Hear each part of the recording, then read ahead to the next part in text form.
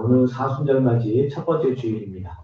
우리 모든 성도님께서 이 기간에 경건한 마음으로 더욱 주님을 찾고 그분을 의지하시기를 주의 이름으로 다시 한번 축원합니다. 사순절하면 생각나는 것이 어쩔 수 없이 부활하시기 전 겪으신 주님의 고난의 이미지일 겁니다.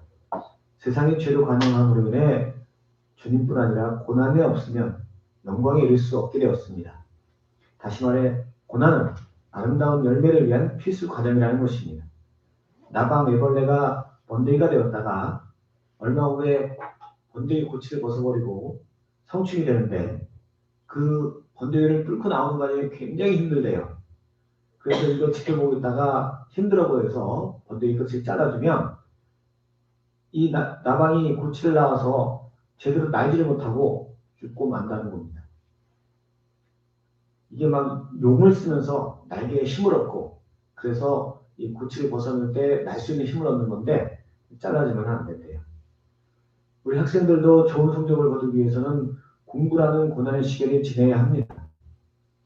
근데 요즘에는 우리 자녀들이 너무 고난 없이 자라서 문제가 됩니다. 어려서 고난을 겪어봐야 이거 별거 아니구나 이런 인식을 갖게 되는데 고난을 겪지 않도록 여러 가지로 포장해주고 보호해주고 그러면 이제 조금만 자라서 좀 어려움이 닥치면은 어떻게든 피하려고 그래요. 이 고난에 대한 막연한 두려움이 생겨요. 이걸 극복해 봐야 이거 아무것도 아니야. 내가 지난번에도 이겼어. 지난번에도 극복했어.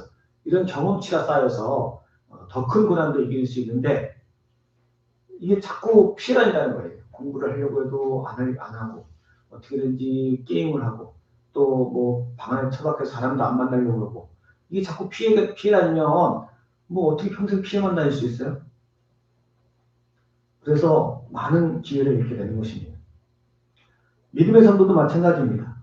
하나님은 당신의 택하신 자녀를 반드시 연단시키십니다.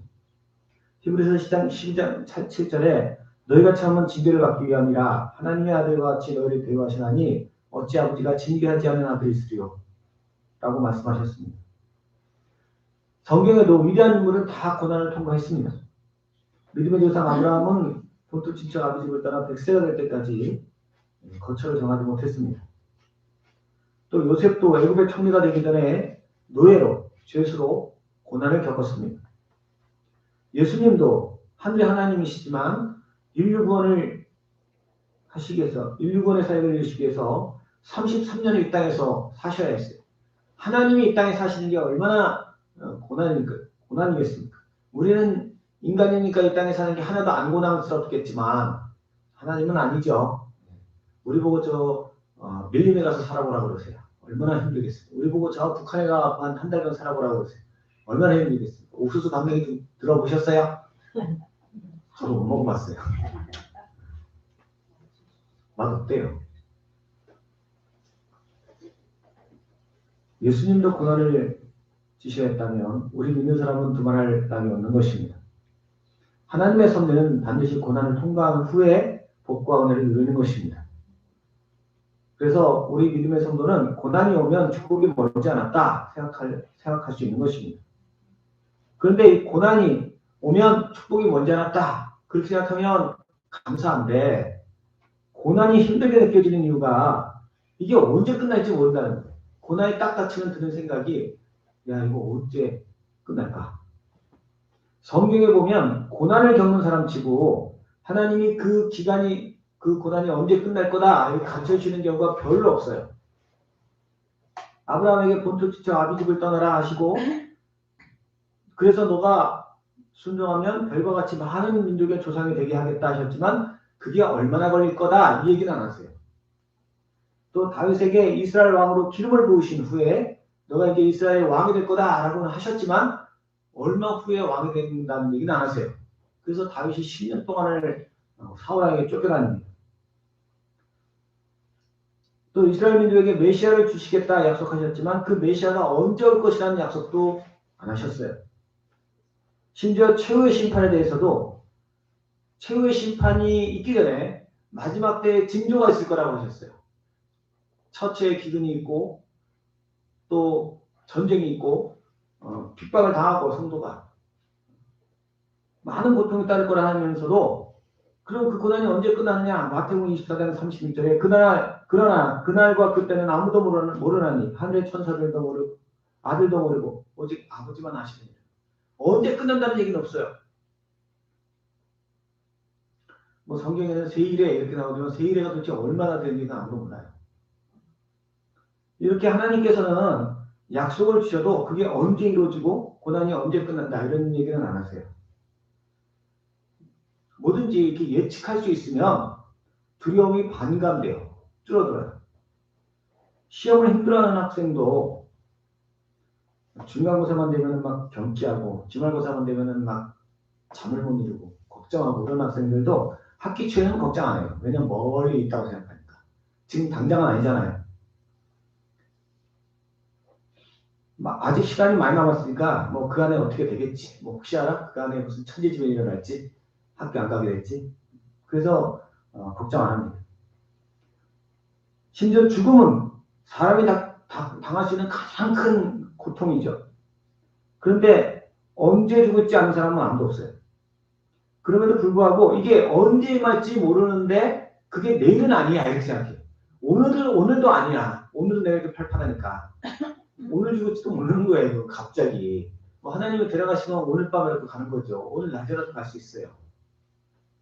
그런데도 사람들은 이게 뭐 먼 얘기처럼 생각하고 나이 많으신 어르신들도 천국 지역 얘기하면 잘 안 받아들이세요. 오늘 장례 가는 우리 성추나 성도님도 참 그렇게 예수 영접 몇 번 하셨어요. 우리 예원 엄마가 가갖고 영접시키고 그랬는데 저 교회 좀 나오라고 하면 다음에 나올게. 언제 떠날지 모르시고 우리도 다 그래요. 우리도 모르는 거예요. 이렇게 가실 줄 알았으면 남은 기간 열심히 교회나 나오셨으면 얼마나 좋았겠습니까? 우리가 고난을 당해도 우리가 고난을 겪으면서 이 고난이 1년 후에 끝날 것이다. 또는 뭐 길어야 10년 후에 끝날 것이다. 그러면 소망이 있어요. 그렇게 힘들지 않아요.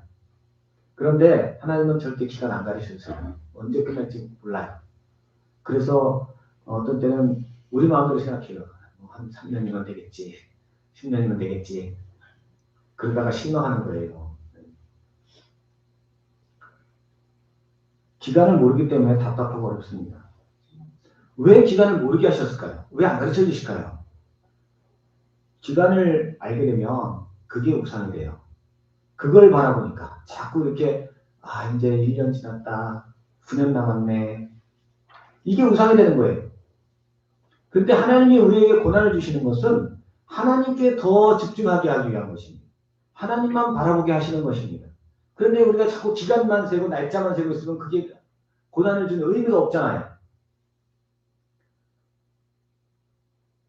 오늘 본문에서 우리에게 구름같이 둘러싼 허다한 증인들이 있으니 모든 무거운 것과 얽매이기 쉬운 죄를 벗어버리고 인내로써 우리 앞에 당한 경주를 하며 믿음의 주여 또 온전하게 하시는 이 예수를 바라보자. 그는 그 앞에 있는 기쁨을 위해 십자가를 참사 부끄러움을 개의치 아니하시더니 하나님 보좌 우편에 앉으셨다고 하셨습니다. 고난 속에서 날짜를 세지 말고 주님만 바라보는 것입니다. 주님은 죄가 없으심에도 누구보다 많은 고난을 당하셨습니다. 인간의 몸을 입고 이 땅에 오신 것만으로도 고난입니다. 아무 죄도 없으신 분이 십자가를 지으시고 죽음을 맛보셨다는 것이 말도 안 되는 일이에요. 그분한테는. 죽지 않는 하나님이 죽으셔야 했다는 게 이게 기가 막힌 일이에요. 그러나 주님께서 그 고난을 당하시자 하나님께서 다시 살리셔서 당신 보좌 우편에 앉히셨습니다. 우리 주님도 고난을 겪으시고 하나님 보좌 우편에 앉으셨다. 하나님은 그를 믿는 자에게 똑같은 은혜를 주시는 분이시다. 그렇게 믿고 우리가 고난을 겪으면 고난 속에서 주님이 받으신 영광만을 생각하면서 나에게도 영광을 주실 거야. 나에게도 반드시 고난의 대가를 치러주실 거야. 그분만 바라보면서 우리가 힘을 얻을 수 있어요. 그런데 이게 안 믿어지면 큰일 나는 거예요. 안 믿어지면 고난이 너무너무 힘들어요. 사실 이게 믿어지는 사람은 고난이 안 힘들어요. 사람마다 다르겠지만 기도는 이게 참 어떻게 보면 쉬운 거예요. 말로 하는 거잖아요. 입으로 하는 것처럼 쉬운 게 어딨습니까 이 세상에. 입으로 하는 게 제일 쉽죠. 근데 어떤 분은 기도가 참 힘들다고 느껴져요. 그래서 기도 한마디도 안 하시고 기도 자리에도 안 나오시고 그래요. 왜 힘들까요? 이게 기도가 능력이라는 걸 못 믿어서 그래요. 기도가 헛된 것이라고 생각하기 때문에 기도가 힘든 거예요. 사람이요, 헛된 걸 하는 것처럼 힘든 게 없어요. 러시아의 가장 악명 높은 교도소가 들어가면 하루 종일 벽돌을 쌓게 한대요. 아침부터 저녁까지. 그리고 다음날이 되면 그거 다 이쪽으로 다시 옮겨 쌓게 한대요. 그거를 한 달 동안 한대요. 이쪽으로 옮겼다, 다시 이쪽으로 옮겼다, 이쪽으로 옮겼다, 이쪽으로 옮겼다. 그걸 한 달 동안. 그러면 한 달만 지나면 아무리 악지에 죄서라도 다 고분고분해지네. 이것만 시키지 마세요. 딴 거 다 할게요. 말 잘 들을게요. 다 무너진대요. 왜 그게 그렇게 힘드냐? 의미가 없어서 그래요. 지글지글하고 하든지 아니면 다리를 놓으라고 하든지 뭐 이런 거 다 의미가 있는 거잖아요. 그러니까 그런 거는 아무리 힘들어도 할 수 있는데 의미가 없어요. 이쪽으로 갔다 이쪽으로 갔다 이쪽으로 갔다 이거는 의미가 없으니까 그게 그렇게 힘들다는 거예요. 사람이 의미 없는 일을 하는 것처럼 힘든 게 없어요. 기도도 그래요. 기도가 이렇게 쉬운데도 왜 힘들다고 느끼느냐? 응답을 못 믿으니까 기도가 힘들게 느껴지는 거예요. 이걸 내가 뭐 하러 하고 있지? 내가 이거 하는 동안에 차라리 잠을 1시간 자겠다. 그렇게 생각하는 사람은 기도가 세상에서 제일 힘든 거예요. 그러나 기도가 하늘 보좌를 움직이고 우리 천지를 지으신 하나님이 받으시는 향기로운 제물이야. 이게 믿어지는 사람은요. 기도처럼 쉬운 게 없어요. 기도가 정말 제일 그 사람에게 삶의 동력이에요. 우리 성도님들은 기도가 쉬우세요? 어려우세요? 이렇게 물어보면 대답이 없으세요. 쉽다고 말해야 할 것 같은데 생각은 어려운 것 같기도 하고 그래도 목사님 눈치를 보니까 쉽다고 말해야 될 것 같은데 아무래도 그 말은 안 나오고 제가 안 쳐다봐요. 그래서 한번 대답해 보세요. 기도가 쉬우세요? 어려우세요? 쉬워요. 쉽다 어렵다가 동시에 나오네요. 그 대답하신 만큼의 내 믿음이다 생각하시고 믿음을 더 추구하시는 그 성도님 되시기 바랍니다. 고난에 대해서도 마찬가지예요. 우리가 하나님의 주신 고난을 겪을 때 그게 고통스럽다고 느껴지는 이유는 이 고난을 통해서 하나님이 귀한 일을 이루신다는 것을 못 믿어서 그래요. 이 고난을 통해서 하나님이 예수님이 영광을 얻으신 것처럼 우리도 영광을 받을 것이다. 성부 우편에 앉으신 예수님처럼 내가 예수님 우편에 앉게 될 것이다. 고난이 깊으면 깊을수록 더 큰 은혜가 임할 것이다. 이게 믿어지는 사람은 고난이 안 어려워요. 고난이 안 어려워요. 그래서 오늘 말씀에 주님만 바라보라 하신 것입니다. 주님의 영광만, 주님이 받으신 보상만 바라보라는 거예요. 딴 거 바라보지 말고 그것만 바라보라는 거예요. 그것만 바라보면 고난이 안 힘들다는 거예요. 예수님이 고난을 통해 영광 받으신 것처럼 나는 반드시 영광을 얻으리라. 내 입술로 하나님을 찬양하게 되리라. 이렇게 기대하고 감사하고 인내하는 사람은 그 믿음대로 역사하십니다. 고난을 처음 받을 때는 믿음이 없기 때문에 굉장히 힘들어요. 그런데 고난이 끝날 때쯤 되면은 고난이 힘든 게 아니라 그 고난 때문에 감사할 수 있어야 돼요. 고난 주셔서 감사합니다. 이게 하나님이 바라시는 거예요. 그 고난 속에서 믿음이 성장하고 있었어야 돼. 성장하고 있어야 돼. 그래서 기간을 안 가르쳐 주시는 거예요. 기간을 알게 하시면 이게 주님 바라보는 게 아니라 날짜만 세고 있어요. 날짜만 세고 있으면 10년을 고난받든 20년을 고난받든 하나도 안 변해요. 그 사람은. 그래서 날짜 안 가르쳐 주세요. 그래서 내 마음대로 날짜 정해. 1년 후에 끝나겠지. 내 마음대로 날짜 정해. 기간이 날짜가 우상이에요. 우상을 못 버리는 거예요. 내가 고난이 힘들다고 느껴지면 더 주님 바라봐야지. 주님은 반드시 성공하셨어. 승리하셨어. 나도 승리할 거야. 기간은 사실 어떤 면에서는 안 정해놓으신 것 같아요. 내가 주님만 바라볼 수 있을 때까지, 고난 속에서 감사할 수 있을 때까지, 그때까지지 그게 기간이 어떤 날짜가 있는 건 아닌 것 같아요.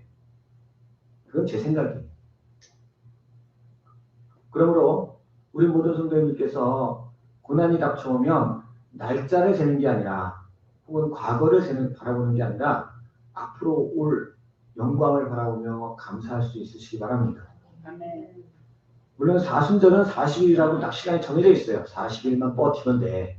기도를 하든 금식을 하든 뭐 목사님이 사순절 새벽기도 나가면 이제 사순절 새벽기도도 안 해요. 새벽기도 나면 40일만 딱 버티면 돼.